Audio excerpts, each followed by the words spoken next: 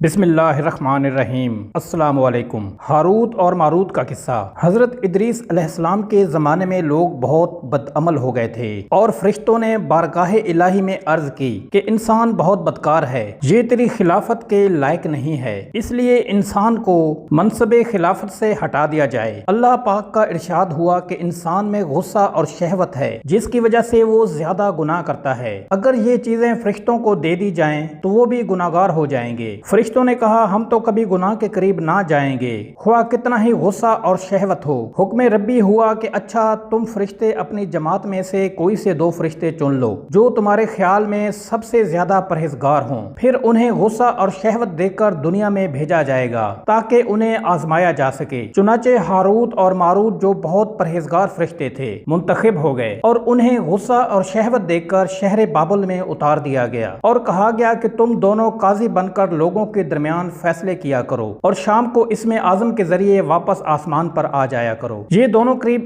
1 ماہ تک اسی طرح آتے جاتے رہے۔ اس عرصہ میں ان کے عدل و انصاف کا چرچا عام ہو گیا تھا اور بہت سے مقدمے ان کے پاس آنا شروع ہو گئے تھے۔ ایک روز ملک فارس کی ایک حسین و جمیل عورت زہرہ نامی نے اپنے شوہر کے خلاف مقدمہ دائر کیا۔ یہ دونوں اسے دیکھتے ہی اس پر عاشق ہو گئے اور اس کے ساتھ بدعملی کی خواہش کی۔ اس عورت نے کہا میرا اور تمہارا دین الگ الگ ہے اور میرا شوہر بہت غیرت مند ہے، اگر اسے پتا چلا تو وہ مجھے قتل کر دے گا، اس لیے اگر تم اپنی خواہش پوری کرنا چاہتے ہو تو پہلے میرے شوہر کو قتل کرنا ہوگا اور جس بت کی میں پوجا کرتی ہوں اسے سجدہ بھی کرنا ہوگا۔ اس عورت کی شرائط سن کر دونوں نے انکار کر دیا۔ وہ عورت تو واپس چلی گئی لیکن ان دونوں کے دل میں عشق کی آگ بھڑکا گئی۔ کچھ روز تو ان فرشتوں نے برداشت کیا لیکن ایک روز مجبور ہو کر اس عورت کو ملاقات کے لیے پیغام بھجوایا۔ اس نے فوراً ان دونوں کو ملنے کے لیے بلوا لیا۔ جب یہ دونوں وہاں پہنچے تو وہ خوب بناؤ سنگھار کر کے بیٹھی تھی۔ اس نے کہا مجھے پتا چلا ہے کہ تم دونوں اسم اعظم جانتے ہو، تو اپنی خواہش کے حصول کے لیے یا تو مجھے اسم اعظم بتا دو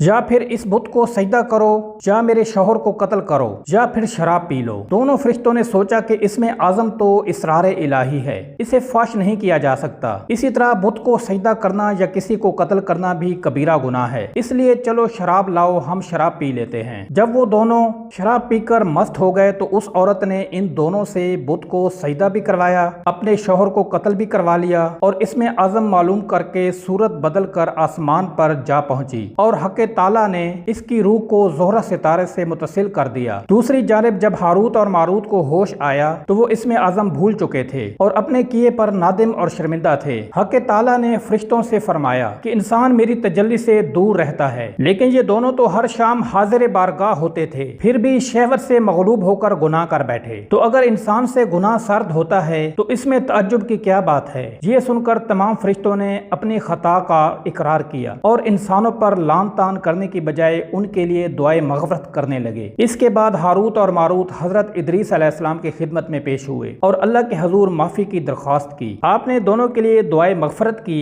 جس کے کئی روز بعد اللہ تعالیٰ کی طرف سے جواب آیا کہ ان دونوں کو اختیار دیا گیا کہ چاہیں تو دنیاوی عذاب قبول کر لیں یا آخرت کا۔ انہوں نے سوچا کہ دنیا کا عذاب ایک نہ ایک دن ختم ہو جائے گا لیکن آخرت کا عذاب نہ ختم ہونے والا ہے، اس لیے دونوں نے دنیاوی عذاب قبول کر لیا۔ چنانچہ حق تعالیٰ نے حکم دیا کہ ان دونوں کو لوہے کی زنجیروں میں جکڑ کر بابل کے کنویں میں اوندا لٹکا دیا جائے۔ اس کنویں میں آگ جل رہی ہے اور فرشتے باری باری ان پر کوڑے برساتے ہیں اور پیاس کی شدت سے ان کی زبانیں باہر کو لٹک رہی ہیں اور یہ عذاب ان پر قیامت تک یوں ہی شدید رہے گا اور آخر کار ان کو نجات ملے گی۔ یہ تسبیح بہت آسان ہے، 2 منٹ کی تسبیح ہے، رات کو سونے سے پہلے پڑھ کر سونی ہے۔ وہ تسبیح یہ ہے یا اللہ یا ولیو یا والیو۔ 2 منٹ کی تسبیح پڑھ کر سو جائیں اور اللہ سے رزق کی برکت کی دعا کریں، انشاءاللہ رزق کی ریل پیل ہو جائے گی۔